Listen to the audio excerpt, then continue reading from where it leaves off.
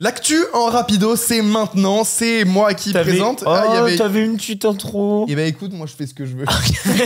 Il est l'heure de passer à l'actu cinéma de la semaine. Bien sûr, nous allons aborder le cas Deadpool parce qu'il y a un nouveau trailer de Deadpool et Wolverine qui vient de sortir cette semaine. On a tout ça sur ce plateau de voir. On va gueuler, mais attention, on le fera ensemble. Mais juste avant ça, je vous propose de revenir sur le cas de Sous la scène, prochain film de Xavier Jeance, dont on a déjà parlé dans l'émission d'ailleurs. C'est ça, et qui a été accusé cette semaine de plagiat. Voilà, alors que le film n'est pas encore sorti. Alors en gros, ce qui s'est passé, c'est que dans une interview, le réalisateur français, et attention, je suis navré pour ton nom, mais Vincent Dietschy, et il y a un T, un S et un H. Dietschy, je pense que c'est bien. Dietschy a accusé donc les producteurs du film Sous la scène d'avoir plagié son scénario qui s'appelle Silure. Silure, c'est ça. En fait, on m'a dit juste avant de commencer l'émission que ça se disait pas Silure et que c'était Silure. Les gros poissons. Moi je dis Silure. C'est un Silure. J'ai toujours. T'as jamais joué Animal Crossing, toi? Vraiment, t'as des silures dedans. Ok. Et donc moi je disais Silure avant. C'était un scénario qui a été donné en 2011. Le film a jamais vu le jour. Ouais. Sauf que quand il y a eu la sortie de la bande-annonce et du projet Sous la scène, justement, le monsieur a dit bah attendez, c'est mon film. C'est un peu mon scénar quand même, ce que vous avez mis là, parce que ça devait se passer sous la scène.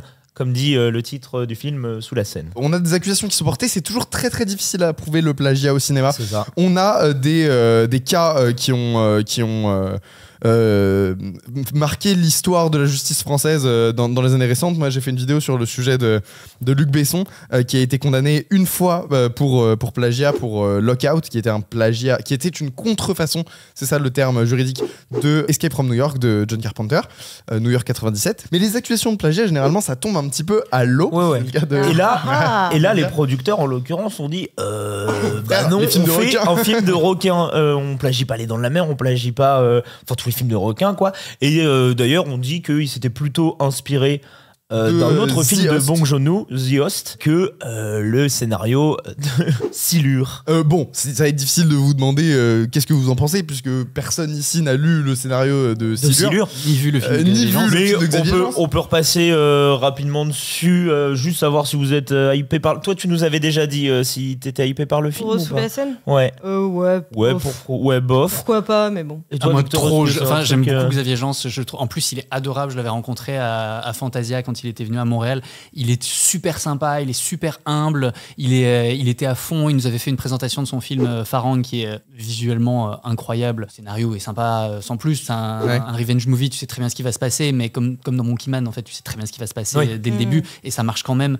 Et d'ailleurs, Farang que je trouve beaucoup trop similaire à Monkey Man. Et t'as un plan séquence dans l'ascenseur aussi. Enfin, t'as vraiment des scènes qui se ressemblent énormément. Le combat dans le bar à la fin, t'as exactement le même dans Farang, alors que les films ont été filmés en même temps. C'est ça qui est assez marrant. C'est un peu comme le truc avec Dark City et Matrix ou encore plus loin, tous les films qui sortent la même année, qui portent sur le même sujet, genre les deux Blanche-Neige, les deux biopics sur Truman Capote. T'avais les deux Guerres des boutons aussi qui étaient sortis il y a quelques années. Parce que le film tombait dans le domaine public. Donc ils se sont fait la guerre pour savoir qui sortait. Oui, enfin il n'y a pas deux films Winnie l'ourson qui sont sortis la même année. Heureusement. Mais Deep Impact et Armageddon aussi qui étaient sortis à 6 mois d'écart. Ouais, et c'est trop drôle ce genre de coïncidence. Et La Guerre des boutons, film pour lequel je sais pas pour lequel des deux, mais j'ai passé le casting pour un des deux. J'ai cru que t'allais me dire que t'avais tourné dedans. Non. J'allais mater les deux. J'ai passé le casting et je sais plus à quelle étape du casting mais bon j'ai la première étape vraiment. Et je sais pas si c'est dans le film avec Cadmerade ou l'autre. Voilà. Ok, t'as raté un grand moment du cinéma. Dans les autres actus, Furiosa, maintenant, qui sort le 22 mai en France, toujours réalisé par George Miller, qui réalise, écrit et produit d'ailleurs toute la saga Mad Max. Qui sera donc le premier spin-off de la saga Mad Max. C'est ça. Le film serait annoncé comme le plus long de la franchise et durera normalement 2h28 par rapport à Fury Road qui ne durait que 2 heures et le premier Mad Max 1h25. Furiosa, du coup, tu l'as dit, c'est un spin-off de Mad Max centré sur la jeunesse de Furiosa. Et donc, Anya Taylor-Joy qui prend la place de Charlize Theron pour incarner le personnage. Est-ce que le film vous hype ou pas du tout? Bah, franchement, ouais. Ça m'a donné T'as l'air tellement enthousiaste. Franchement, ouais. Hein. Fais-le avec un S'il y a que ça, plus je d'engouement. Non, moi, ça m'a surtout donné envie de revoir Mad Max, Fury Road, pour le coup. Mais pourquoi pas, je suis un peu perturbée du changement d'actrice, j'avoue. C'est vrai, ça te fait bizarre de plus voir Charlize Theron. Pour moi, c'est Charlize Theron, Ouais. tu vois. J'ai du mal à m'en détacher. Mais Après, en même temps, elle, tu sais que tu peux lui faire confiance. Genre, c'est vraiment ça. une bonne actrice. Après, c'est ce que j'allais dire, c'est que Anna Taylor-Joy, elle est incroyable. Enfin, j'adore ce qu'elle fait. Donc, je suis curieuse de voir. Franchement, je pense que j'irai regarder. Tu l'as déjà vu plusieurs fois, Fury Road Ou tu l'as vu qu'une fois Je crois que j'ai dû le voir 2 fois, mais ça fait longtemps. Et tu as vu les autres Mad Max? Non, ils sont sur ma liste de films à voir. D'accord. Mais en même temps, je suis désolé, hein, tous les Mad Max sont cool, mais c'est le meilleur Fury Road. Oui. Mais tu vois, moi, j'ai dû le voir 3-4 fois, Fury Road, et c'est toujours un film que j'ai envie de revoir. Il y a toujours cette envie de revoir. La preuve, t'as un poster, dans le chat, ils sont hypés. Oui, c'est vrai qu'on a le poster juste derrière. Dans le chat, il y a The Last Geek qui dit qu'il est hypé de fou. The Last Geek, il a fait les 25 meilleurs films sur sa chaîne de l'histoire des films d'action, et le numéro 1, c'est Fury Road. Donc oui, évidemment, il a hypé. Mais de toute façon, n'importe quel projet de George Miller a hypé. Thousand Years of Longing, c'était génialissime. Ah, ça, on est... oui. Génialissime, je trouve que t'abuses. Ce film, oh là là. Non, je pense, je suis pas d'accord. Moi, j'aimerais Nul, bien juste voir Babe, peut-être dans Mad Max, enfin dans l'univers de Mad Max. Oui, parce que c'est le même réalisateur. Non, c'est Babe 2 qui l'a fait. Ah oui, Babe 2. Oui, il y a le personnage de Babe quand même. Non, mais ça n'a change rien tout. à voir. Le Babe 1, c'est quand même hyper plan-plan. Babe 2, t'as une course qui est complètement dingue. Non, mais même dans les Happy Feet 2, c'est complètement dingue. Mais il a fait Happy Feet 1. Oui, il a fait Happy Feet 1, mais tu sens qu'avec la perf capture et tout ça, il était t'as des encore scènes un petit qui peu restent, bridé. Il y a des scènes qui sont super cool. Génial. Mais dans le 2, tu sens que là, il maîtrise son truc et il est parti. J'ai découvert d'ailleurs. Il y a Brad Pitt et Matt Damon en crevette dans... En québécois, c'est Les Petits Pieds du Bonheur. Je trouve ça hyper mignon comme pieds nom. du bonheur. Les Petits Pieds Est-ce du que c'est Bonheur. offensant de faire l'accent québécois? Oui. Ah, voilà. Je retire et je m'excuse. Pareil. Fond blanc, mettez le fond blanc dans la... Waouh. On nous dit aussi que beaucoup de gens aiment pas le style de Furiosa et ah oui, la c'est vrai que ça a fait plutôt parler de lui. Moi, je pense qu'on peut faire confiance au truc puisqu'il y a même eu un petit sur les couleurs. À la base, la bande-annonce était très pétante avec des couleurs très très flashy, très saturées. Et sur la nouvelle bande-annonce qu'ils ont sortie, c'est un petit peu désaturé. On verra. Non, au on cinéma, verra, de toute façon, parce qu'encore De toute une fois, façon, c'est il faut qu'une voir sur bande-annonce. place. Enfin, c'est comme quand la bande-annonce de Fury Road était sortie, tout le monde avait dit c'est criard, tout ça, c'est quoi ce bleu, ce orange. Et maintenant, tout le monde dit que c'est le plus grand film des années 2010. Donc au bout d'un moment, Oui, arrêtez les conneries, on nous dit dans le chat, c'était la même chose sur les images promo de Fury Road en soi. Donc, et sur la durée, l'histoire ça se vous répète. fait pas peur ce 2h28? Parce que moi, ce que j'aime beaucoup dans Fury Road, c'est le concept de course-poursuite Mais même le ininterrompue, rythme. à part avec une pause au qui fait milieu. demi-tour. Voilà, c'est ça, c'est un aller-retour. On a l'aller, pause, retour. Fury Road, c'est que ça.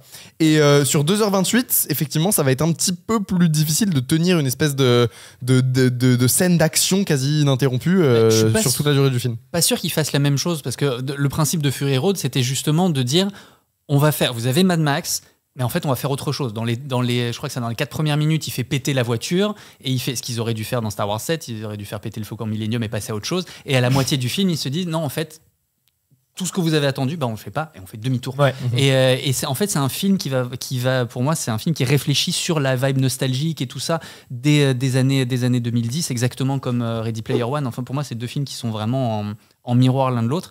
Et donc, c'est pour ça que je suis très perplexe sur le fait qu'il fasse un spin-off alors qu'il avait expliqué dans Fury Road que justement le but c'était de pas aller là-dedans et de faire demi-tour, exactement comme dans Ready Player One où le premier truc il fait demi-tour, il fonce droit dans le mur, enfin c'est des films qui se répondent. Ouais. Mais c'est pour ça que je suis très curieux de voir le propos de Fury Road. Vraiment. Pareillement. On propose de passer à la 3e actu. Alors là, attention, on parle des films de Marvel. Alors attention, on va en parler rapidement parce que ça fait beaucoup parler de lui sur les réseaux. On va clairement critiquer le truc. On va se faire dégommer, à mon avis, sur YouTube avec l'avis qu'on va avoir et tout ça. Mais dégommer, mais nous, ça nous fait du référencement. Non, et puis, mais faisons-le ensemble. Soyons honnêtes 2 minutes. Donc, du coup, cette semaine est sorti le trailer de Deadpool 3, réalisé par Sean Levy, qui avait réalisé Free Guy et Real Steel. Et la nuit au musée. Bref, la bande-annonce est sortie. Est-ce qu'on est hypé ou pas? Non. Bon. Foutez la paix à Wolverine, il est mort. Oui. Qui commence? Moi, je suis curieux d'avoir ton avis après. Ok. Parce que t'es plus tempéré que nous. Oui, je pense. T'es plus enthousiaste, toi, T'es plus enthousiaste par que nous. rapport au film. Je sais pas. Ok. Nicolas, tu me fais ça bref, tu me fais ça concis, tu vas droit au but. Ok. C'est de la merde. Non, c'est chiant parce que j'aime vraiment pas. J'ai vu le meilleur tweet de l'histoire des tweets sur Marvel. Il y a un mec qui a dit c'est le premier film pour bébé rated R, donc interdit au moins de 17 ans. C'est vraiment de l'humour, mais le plan suivant, ça va vraiment être oh regardez, il lui met les griffes dans les couilles et tout. Enfin vraiment, c'est stop quoi. Vous avez 8 ans et demi. Après, tout le monde aimez ce que vous voulez. Vraiment, je m'en tape, ça n'impacte pas ma life, mais je trouve que c'est vraiment de l'humour extrêmement qui se veut subversif et qui est en réalité de l'humour pipi caca. Ouais, voilà, c'est ça. C'est regarder à quel point on est subversif. Ouais. C'est ça le problème, c'est le coup de coude du attention, on a dit combien de fois fuck 1, 2, 3, 79 fois, 85 fois. Et attention, et Disney, qu'est-ce qu'il dit Clin d'œil, c'est horrible. Moi, je trouve ça horrible. C'est surligné, mais c'est pour le coup, c'est Sean Levy. On en parlait avant, le truc qu'ils font là, le clin d'œil à Disney qui est dégueulasse. C'est quoi la Donc phrase dans la première bande-annonce, il dit pegging isn't new for me, but it is for Disney. Donc le pegging, waouh, on va se faire fort démonétiser là. Ouais, non, On va pas expliquer ce que c'est. Ce n'est pas nouveau pour moi, mais pour Disney, ça l'est. Et dans la nouvelle, il y a un truc avec de l'AC où en gros il fait faut pas dire le mot à cause de Disney, mais trouvons un autre mot à la place, tel que poussière de fée. Il dit pour Feige, la cocaïne, c'est vraiment la barrière à ne pas franchir. Oui, c'est ça. Sauf que c'est faux, en fait, vous faites toute une blague de 10 minutes sur la cocaïne, arrêtez de vous foutre de ma gueule, il n'y a pas de limite. Vous brisez aucune règle, en fait. Genre vraiment, votre film est approuvé par Disney, vous ne pouvez pas être subversif, point, c'est tout. Ce n'est pas possible. Mais c'est surtout qu'il dit la phrase, il dit un truc sur Disney et après il regarde la caméra et il fait un clin d'œil. Et c'est exactement du Sean Levy, c'est ce qu'on disait plus tôt. Dans Free Guy, c'est quand le même acteur, encore Ryan Reynolds, sort le sabre laser, que tu as la musique de Star Wars derrière. Le mec d'en face dit ah, c'est un sabre laser, alors que c'est censé être un PNJ de jeu vidéo qui sait pas ce que c'est qu'un sabre laser. Et tu as 3 streamers derrière qui fait oh non, ils ont un sabre laser. Ouais, ils ont un sabre laser. Non, mais est-ce que c'est vraiment un sabre laser? T'as 7 ou 8 fois le truc derrière en disant non, mais c'est bon, on a compris. Et en plus, on est en 2022. Puis on n'est pas rien à foutre. Le sabre laser, ça a 50 ans. Donc au bout d'un moment, arrêtez d'être. Oui, puis en plus de ça, je veux dire, maintenant il est omniprésent le sabre laser. Donc mais oui, il n'y a pas de surprise. Dans tous les jeux vidéo, dans tous les trucs. Oui, vous avez les droits de Star Wars, vous êtes Disney. Mais on en a rien à foutre, c'est pas la peine de dire 50 fois et de faire un clin d'œil sur un clin d'œil sur un clin d'œil. T'as l'impression que c'est des ados qui viennent de découvrir Ferris Bueller en disant oh putain, c'est trop cool, tu peux casser le 4e mur, c'est incroyable. Mais c'est ce qu'on disait cet après-midi, c'est un peu dommage justement que ce soit pas fait de manière intelligente parce qu'il y a d'autres manières de casser le 4e mur. Parce qu'en fait, moi, ce que je reproche. Ce que je reprocherais pas au 1, parce que le 1, il est arrivé à un moment où plus personne faisait trop ça et il a remis le truc au goût du jour. Et du coup, après, non, mais c'est pas recherché pour autant, c'est pas ce que je dis. Mais je reproche moins au 1 que le 2 et ce que va être le 3, en tout cas de ce qui nous est montré. C'est que tu veux jouer avec le côté péter le 4e mur, mais tu t'arrêtes à la base de la base. C'est-à-dire, en fait, moi, je trouve que le personnage de Deadpool n'est que passif face au 4e mur à la place d'être actif. C'est-à-dire que ce que je disais à Nicolas, par exemple, ce qui peut être intéressant, plutôt de dire que on est dans un film, j'attends le flashback. Non, à la limite, tu dis non, cette scène-là, elle m'emmerde, cut, on passe à la suite. Il pourrait faire du Anneke dans Funny Games, en fait. Non, mais jouer. Alors, c'est pas. Alors, Anneke dans Funny Games, il juge son spectateur en disant espèce de connard. Mais tu es un enculé, tu es en train d'aimer la violence. Mais il y a un truc. Il pourrait faire ça, il pourrait prendre la télécommande et rendre le film. Être actif avec le montage, avec le changement du jeu d'acteur, avec plein de trucs. Par exemple, il y a une scène où il n'y a pas assez de méchants, il fait allez, je te remets 30 000. Enfin, bref, tu peux t'éclater avec un principe fou puisque tu peux péter le 4e mur. Mais non, et tu te cantonnes à dire à faire des blagues de sexe et tout ça. Et ça me pose problème. Et l'autre problème, moi, qui me chafouine, c'est Wolverine. Voilà, moi j'ai grandi avec le personnage Wolverine, je l'aime beaucoup, mais son arc narratif, il est plié, les gars. Et passer à autre chose, arrêtez de refaire 50 fois. Marvel, en fait, il n'y a plus personne qui meurt parce que tu fais parce que t'as le multivers, n'importe quel truc. Et en dehors de ça, t'as le multivers, donc plus personne. Tu peux faire revenir tout le monde. Actually, ce n'est pas le même Wolverine. Loki, il est jamais mort, bien sûr. Mais c'est ça le pire, c'est que maintenant, en fait, mon vrai problème avec tout ça, c'est que plus rien n'a de conséquences. C'est que tu peux faire tout ce que tu veux, donc t'as plus aucun enjeu. Donc en fait, si un personnage meurt, tu t'en fous. Ouais, mais c'est ce qui est dit dans le chat maintenant. Et puis ça rend la fin de Logan vachement moins impactante et ça, c'est impardonnable. Je suis plutôt d'accord. Je suis assez d'accord avec ça. C'est marrant parce que tu parlais du fait de fermer les séquences et tout ça, et ça me faisait penser à Night and Day de James Mangold, justement de Logan. Et je trouve ça génial ce qu'il fait dans Night and Day, où à chaque fois t'as une séquence qui va être incroyable, pam, et le personnage tombe dans les pommes et il se réveille un petit peu plus tard. Et je trouve que ça brise pas le quatrième mur, mais t'as un côté connivence avec le spectateur. Il y a un jeu au niveau du montage et tout ça. Et en tout cas, moi, ce qui me fait le plus chier, c'est par rapport. Alors, je suis d'accord avec l'intégralité de ce que vous avez dit, mais en plus de ça, je trouve que ça veut jouer le quatrième mur, mais c'est ultra passif et ça me gonfle. Ophélie, nous voulons ton avis du coup. En vrai, dans l'ensemble. Mais ton avis, oui, tous les avis sont intéressants. Tu es jugé. Et tu seras celle qui te fera sûrement le moins insulté sur ce plateau. Dans l'ensemble, je suis quand même assez d'accord. Deadpool, le premier était top. T'es en mode, waouh, ça change enfin de tous les trucs Marvel où tout est lissé. Il y a le truc déjà du quatrième mur. À l'époque, je trouvais que c'était bien. Et là, c'est vrai que sur la BO, t'es en mode, bon, le quatrième mur, on a compris, tu le casses tout le temps. C'est vrai que les blagues pipi caca, c'est bon, ça suffit quoi. Il y a des utilisations, t'as des utilisations beaucoup mieux qui peuvent être faites et beaucoup plus subtiles aussi. Même si c'est du Deadpool, tu peux être beaucoup plus subtil. Même si tu fais de l'humour régressif, moi c'est pas tant ça qui me dérange, mais effectivement là, c'est bon, il lui met un coup de poing dans les couilles dans la balance. Ouais, c'est rigolo quand même. Non, et puis Wolverine, il est mort quoi. Après il est revenu, mais avec son costume originel. Il est en jaune. Il est en lycra, c'est aussi la blague qu'il faisait d'ailleurs dans X-Men 1 il y a 25 ans, où il disait qu'est-ce que tu veux que je mette du lycra jaune quand ils sont dans l'avion. Exactement. La blague a 25 ans. Ouais, c'est ça. Et après, j'avoue, là, depuis la fin de Endgame, même je remonte, mais Marvel, j'ai totalement lâché. Alors qu'avant, genre, tous les films Marvel, j'y allais le jour de la sortie, vraiment. Et là, une Marveleuse. En fait, il y a eu une période où tout le monde allait voir les films Marvel. C'était vraiment un espèce de truc hyper commun. C'était trop bien, mais maintenant, les films sont creux. Ils sont creux. Il n'y a rien. Tu te fais chier. Après, tu revois Thor 2 et Avengers 2 et tu te dis putain, c'était déjà naze à l'époque. Oui, non, mais ça buildait sur quelque chose. D'accord, c'est pire maintenant. C'est bien pire. Non, mais maintenant, c'est complètement débile. Mais tu te rends compte, en fait, avec le recul, que déjà en fait t'avais une espèce de truc hyper lissé qui prenait aucun risque mais ça tu le fais rétroactivement et rétrospectivement, mais le truc c'est que je vais pas mentir, j'allais voir les Marvel à l'époque, maintenant je paierais pas pour en voir un, je m'en vais dans l'avion maintenant et le truc c'est que moi ça fait plusieurs années qu'on chie Marvel et je m'en suis pris plein la gueule quand j'avais sorti mon épisode justement qui comparait Free Guy avec Ready Player One, parce que justement je déconstruisais complètement le système Marvel, et après j'avais fait un truc sur Spider-Man 3 où là les gens commençaient quand Doctor Strange 2 est sorti, et à partir de là qui est une vidéo vachement bien, désolé de te couper mais j'ai beaucoup aimé. C'est fanboy. Non, c'est juste j'ai le droit de dire que j'aime votre travail aussi, à vous tous. C'est gentil. Super plateforme Paramount+.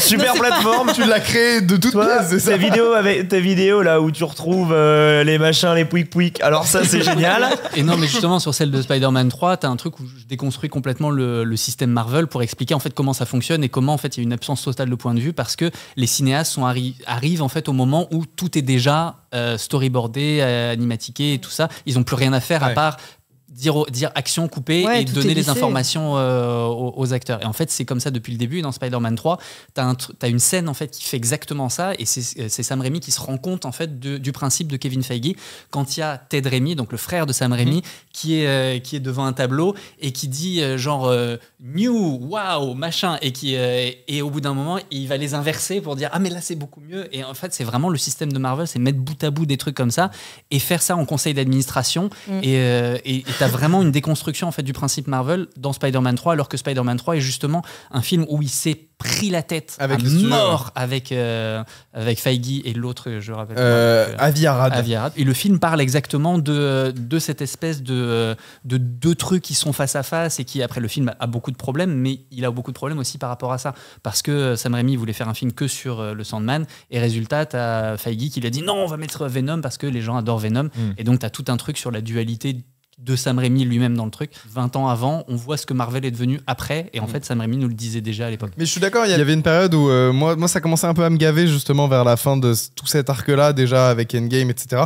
Je trouve que par exemple... Ouais, après, est-ce qu'on allait le voir aussi, l'histoire de boucler la boucle Bien sûr, c'est ça, finissons-en. Ouais, c'est long, mais la fin, ils sont Non, mais c'est pour ça que je suis d'accord avec toi. En vrai, Endgame, même, je l'ai rematé il y a, je sais pas, 1 an et demi, un truc comme ça, et ça m'avait pas déplu, tu vois, de me renchaîner les 2 derniers films Avengers, même si je trouvais déjà des gros défauts. Déjà, le problème de l'enjeu, la photographie des films. Ah, c'est dégueulasse. L'évolution des personnages inexistante. Arrêtez de me dire que les personnages évoluent entre les films, c'est pas vrai, putain. À part dans les Gardiens de la Galaxie, c'est vrai pour aucun autre personnage de Marvel. Le personnage le plus important de cette fameuse saga qui est Iron Man, à la fin d'Iron Man 3, il arrête et tout, c'est fini, c'est ciao, j'arrête d'être Iron Man, et boum, Avengers 2, où on a pété. Mais il a plus de développement de personnage. Le seul film qui fait un développement de personnage, c'est Iron Man 1 et Iron Man 3. Et même il est de plus en plus nazi au fur et à mesure. Et, il veut péter la classe populaire. C'est vrai. À un moment, tu te faisais vraiment défoncer sur Internet. Et aujourd'hui, c'est vraiment communément admis que t'as le droit de dire. Il a fallu se taper un Thor 4, un Ant-Man 3 et des trucs horribles. J'avais commencé à regarder les séries WandaVision, qui pour le coup, je les trouve vraiment bien. Sauf la fin. Moi, je l'ai bien aimé. La fin, ça.